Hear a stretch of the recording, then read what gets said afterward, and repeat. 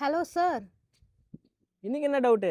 நம்ம ஸ்பைன்ல ஏன் மோஸ்ட்டா கழுத்துலயும், இடுப்புலயும் மட்டும் பெயின் வருது? வேற எங்கேயுமே பெயின் வர மாட்டுது. இவ்வளோதானே, ரொம்ப சிம்பிள்.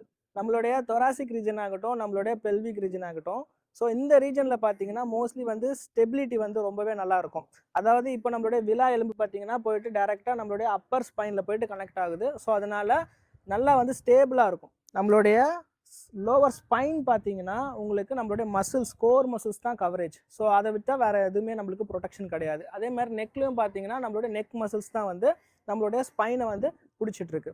ஸோ இப்போ நம்மளுடைய நெக் மூமெண்ட்ஸ், இப்போ வந்து நான் முன்னாடி இப்படி பெண்ட் பண்ணுறேன், இப்படி பின்னாடி மேலே தூக்குறேன், சைடில் பெண்ட் பண்ணுறேன், ரொட்டேஷன்ஸ் பண்ணுறேன், இது எல்லாமே வந்து நம்மளால ஃப்ரீயாக பண்ண முடியும். அதே மாதிரி நம்மளுடைய லம்பார் ஸ்பைன்லையுமே நல்லா மூவ்மெண்ட் பண்ண முடியும். முன்னாடி குனிய முடியும், மேலே பார்க்க முடியும், சைடில் இப்படி பெண்ட் பண்ண முடியும், அண்ட் ரொட்டேஷன்ஸுமே பண்ண முடியும். ஸோ இப்போ சயின்ஸ் என்ன சொல்கிறாங்கன்னு பார்த்தீங்கன்னா, நம்மளுடைய பாடி, ஹியூமன் பாடி டிசைன் பண்ணது எதுக்காகன்னு பார்த்தீங்கன்னா நம்மளுடைய மூமெண்ட்ஸ்க்காக.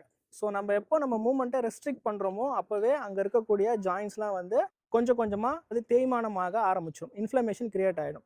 ஸோ நம்ம எந்த அளவுக்கு மூவ் பண்ணுறோமோ, அதாவது எக்ஸசைஸ் பண்ணுறோமோ, அந்த அளவுக்கு நம்மளோட ஜாயிண்ட் வந்து நல்லா ஹெல்த்தியாக இருக்கும். சரிங்களா? நீங்கள் இப்போ இந்த ஜாயின்ஸ்லாம் வந்து மூவ் பண்ணாமல் விட்டிங்கன்னா என்ன ஆகும்?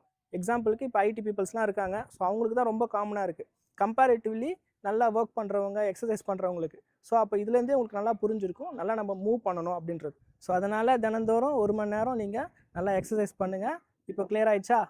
இப்போ ரொம்ப கிளியர் ஆயிட்டோம் சார். தேங்க்யூ. Thank you.